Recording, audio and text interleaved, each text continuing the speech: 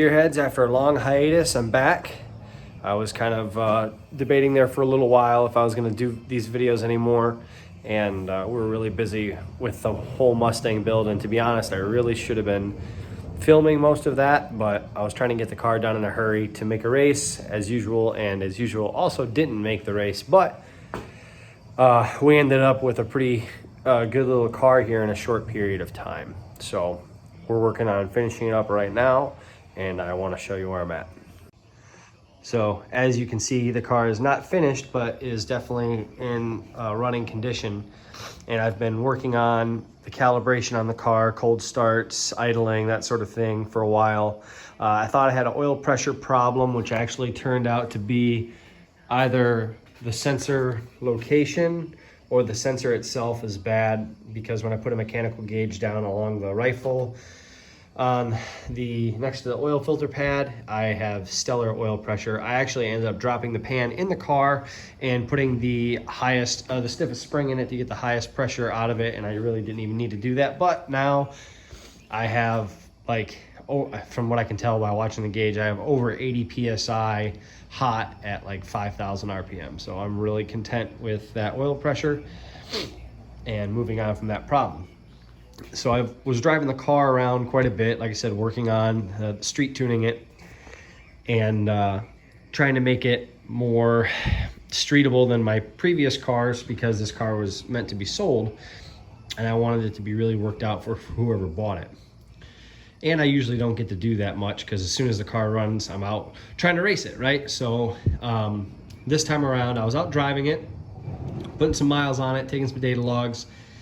And what I discovered is that regardless of whether the boost controller was on or off, I only ended up netting about 10 pounds of boost. So that led me to start looking into reasons why that might be. So I checked in Megasquirt, I enabled the test mode, the boost controller worked, and then I would start the car and try to see right here if I could feel it vibrating with the car running. You know, I would set the duty cycle to 100% at like 0 to 1500 RPM and 0% accelerator pedal position to 100%, and that should make it turn on all the time at idle, and I couldn't feel it. So I delved into checking my wastegates to make sure they were opening and closing properly, checking my blow-off valve, which is down here, to make sure, even though it's far-fetched, making sure that it wasn't popping open under boost, and everything seemed to check out. And what I eventually found is this connector right here, this solder joint or whatever is in here is fatigued and not making contact all the time, which it worked during test mode every time I tried it, but wouldn't work worked when I would drive the car because of vibration, shitty Michigan roads, whatever. So right now I'm going to replace this connector. I'm going to double check the wastegate spring pressure and probably take a spring out of it, because right now it looks like they're cracking open at like 13 pounds, but that only netted me about 10, so I'm not sure. I might leave them and see what minimal duty cycle gets me, and if it's too much, then I'll take the spring out and go from there. But so I'm gonna fix that connector, put the wastegates back on, hook everything back up, and then I might actually go take the car for a rip. So I'll try and get video of that, and then video of the data log after to see if we fixed our problem. So to be continued. All right, so here's what I've worked out for my fix. Originally, I was trying to find another female connector like this, but unfortunately I don't have any. I have a bunch of the male ends that I've saved and repurposed, but not the female. So we got the Freshy Fresh. These are Delphi GT150 sealed connectors. Super common, super easy to work with, and I'm kind of glad that I went this way, because I would have had to solder a new end onto this, because I don't have fresh terminals for these. I'm not even sure that that can be removed, actually. I've never taken one of these connectors apart before. But anyway, I prefer crimping all day. It's quicker, as long as you're not taking video of yourself like a fool. It's quicker, kind of cleaner, and just easier to do. So that's going to be the fix. All right guys, so time to see if the boost control solenoid connection is good. So you go to CAN bus test modes in your Tuning Studio interface, down to output test mode IO, enable test mode, and let's see if she works. Yep, I can hear it. That's about what it should sound like.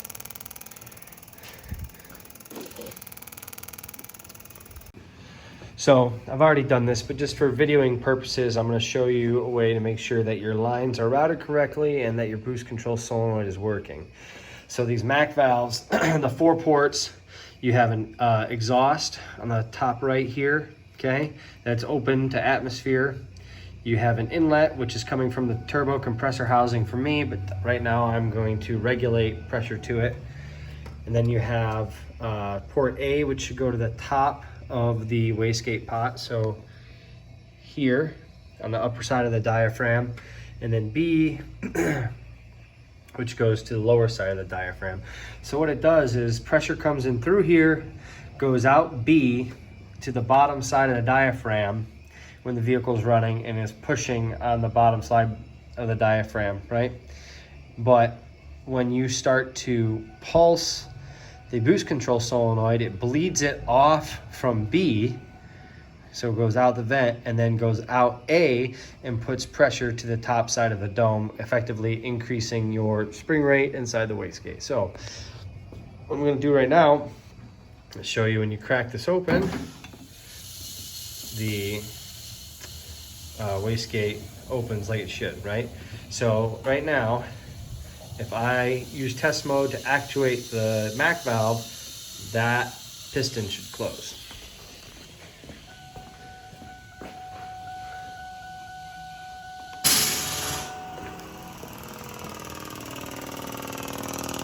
Voila.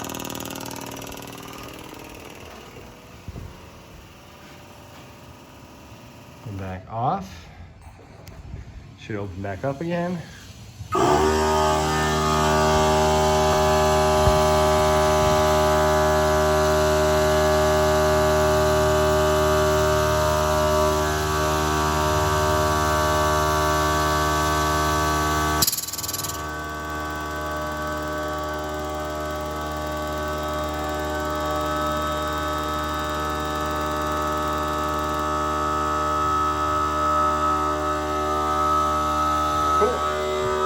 So my boost control problem should be fixed. Oh, these little pot compressors are freaking terrible.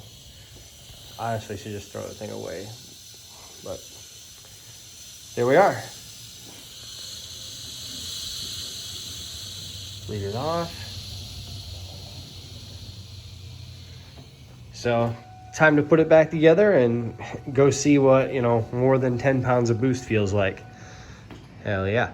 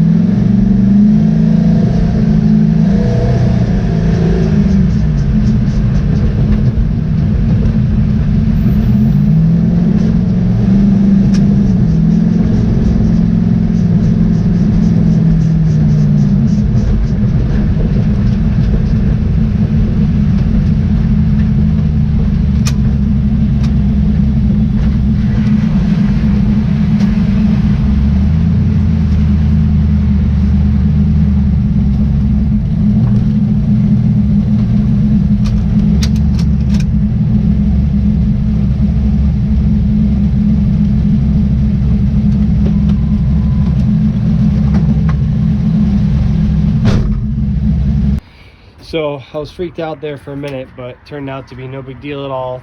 Did the typical, at least for me, typical. I think every single car, every turbo car that I've built, I've blown the charge pipe off the throttle body at least once. But the reason this happened is because that freaking boost controller line melted on the exhaust pipe, and it allowed it to build a lot more boost than what it was supposed to. So I'd be interested to look at the data log and see what kind of boost it made, but it looked like it had pretty conservative AFR, but man, it felt frisky. I gotta tell you, I was expecting it, but I still wasn't expecting it. So we're gonna look over the data, fix those boost controller lines, put the charge pipe back on, and I don't know, maybe take it for another little rip where I actually control the boost because I bet it made 25 pounds. All right, gearheads, so while I'm letting the car cool down before I mess with the boost controller lines and the charge pipe to the throttle body, what I usually like to do after I street tune a little bit like that is I know it made a lot of boost on that pass or on those couple hits. I wasn't trying to do that, but I knew it did that, and I kind of expected it to do that after I saw the bottom boost controller line burned at the gas station. So I wasn't really afraid of it making more boost because driving it around previously, the car has been really sound at 10 psi, oil pressure, fuel pressure, AFR, all that. And then I know that my fuel table above 10 psi, when you get up to like 15, 16, 20 psi, I've been on the safe side, and I know my fuel table's fat. And I know this tune was originally the tune for my Camaro, and I took quite a bit of timing out of it up top. So with fueling being conservative and timing being conservative, and I know that the engine's sound, I wasn't really worried about staying in it a little bit more. I just couldn't help myself, you know. So what I'm looking at here, this is the boost pressure, the highest boost pressure that this trace had. So I'm going to look at it as a reference for checking how everything is. So made total of 22 psi, 21.9 psi at 65% pedal and 5,500 RPM. That's scary. I'm glad I let out of it. So the things I like to check here: fuel pressure. My base fuel pressure is around 56 psi, and it rises 1 pound of pressure per pound of boost. So add 20, so it's about 15 psi. That's not too bad. I'm not really worried about that. And yeah, see, it's still climbing. So 71 at 22. That's not too bad. Don't mind the oil pressure. Like I said, that sensor's wrong. Manifold air temp, it's nice and cold, but it's cold outside. So battery voltage looks good. Coolant temp's fine. And then here, the injector duty cycle is 55%. So what that tells me is that the fuel system isn't starving, it's working properly, and everything generally looks good. So I gonna fix the boost controller lines and that charge pipe, and maybe go out and make another more controlled hit later.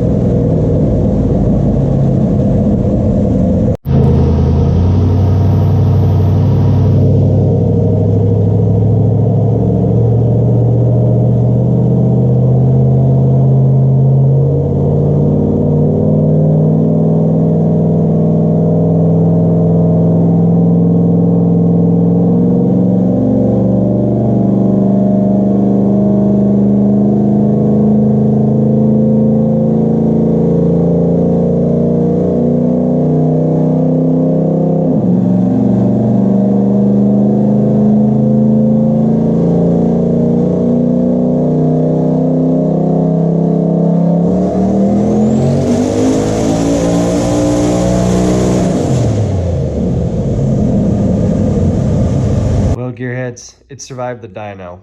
However, it didn't really make the power I thought it would make. After all of that, the car ended up making 712 to the rear tires. However, that was also at 6,000 RPM. However, it took 25 pounds of boost and 18 degrees of timing at 11.6 AFR to get it there. And we really didn't see much of a gain in power past like 18 pounds of boost. It was in like mid sixes, I think. It really, the most gains we saw was from increasing timing. So that led me into trying to figure out why it didn't make the power that it should have made. It's a 5.3, 799 heads, good springs, plenty of fuel injector, you know, fuel pumps, everything, all the usual suspects. 3-inch pipe and doing air-to-air with an 80-102 VS turbo with a race cover. T6 flange. So it really should have made a hell of a lot more power. The reason I think that is, the two reasons. So after I got back, I did a compression test. Cranking compression was low. So that led me into, as you can see here, doing a leak down test, and I had less than 10% of cylinder leak down. So that tells me rings are good, valve seal's good. But why would cranking compression still be low?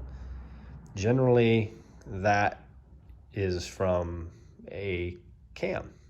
Depending on your cam specs and how it is, if it was retarded, then it would have less cranking compression. So that led me into looking at my cam compared to other more common turbo cams, because this cam actually isn't a turbo cam. It's a Summit Pro LS 8. Yeah, I could look at the part number, but that's really not important. The important thing is what I found that I didn't like after looking at the specs of my cam is it had 11 degrees of overlap. And all of the other turbo cams that I compared it to had 5 or less. So I don't think that is working well with an exhaust that is restrictive. And I say restrictive because we ended up having 1.4 to 1 back pressure ratio. That's exhaust back pressure to boost pressure. And why I think that is actually right here. So you can see the two pipes that are wrapped coming underneath the frame rail. Those are each 2.5-inch pipes, and those are coming from one bank, right? One from one bank, one from the other, going into that split T6 flange. Well, when I was putting this together, I was putting it together with the thought of trying to make a race, so I'm on a time crunch. As usual, if you've watched any of my stuff, it seems like I'm always on a time crunch trying to race. So things get shortcut, and what happened here is this shitty T6 flange I bought from Summit. The holes for the flange, because it's a split flange, were too small for me to squeeze the 2.5-inch pipes down to fit inside and weld it to it. So the pipe that actually did end up being able to fit was 1 7/8, which is a huge reduction in cross-sectional area over 2.5. 2 7/8 pipes actually have less cross-sectional area than 1.3, which is what was on the 6.2 in my Camaro before. So this, I feel like, is the bottleneck in my turbo system. So what I'm gonna do, because I think that the 1.4 to 1 back pressure with how this cam is ground and how much overlap it has is just fighting itself, which would also, you know, explain why it didn't make peak power past 6,000 RPM. So what I'm gonna do is I already have a new SureFab T6 flange, which is 2.5-inch on either side, blended. Like it looks like a cylinder head, like an intake port inside that flange. It's so nice. And from what I read, they even saw gains, significant gains, from somebody doing their divided T6 like this in 2.5 versus that flange in 2.5. So I'm going to get rid of what I believe to be the back pressure restriction in my exhaust system, and I'm going to change the camshaft. And I might change the intake as well to an intake that kills low-end torque below 6,000 RPM, but tries to carry it past, like make peak at like 6,800, 6,900, 7, but carries it out and doesn't fall off, you know, up to 7,500 RPM. And then the cam I'm speccing should work well with that intake. So I'm gonna do all that probably within the next week or so and try again. And this time we should get the kind of power that this thing should make. Positives to take away from it is I ran the piss out of the car on the dyno. It saw an accident once, 32 pounds of boost, and it took it and had no problem with it. And the oil pressure was phenomenal, and it doesn't have looks like any blow by or like blue smoke from the exhaust on decel or anything like that. So everything structurally, vitals wise on the engine looks really good. It's just, it didn't make the power, but I'm not trying to make shit up. I'm not going to try and dream up a reason why I didn't make the power. I believe it is a back pressure restriction combined with a cam that really isn't going to work well with a back pressure problem. Fix those two things, and I think we got ourselves another 1,000 horsepower to the tire ripper right here. Stay tuned. Thanks for watching.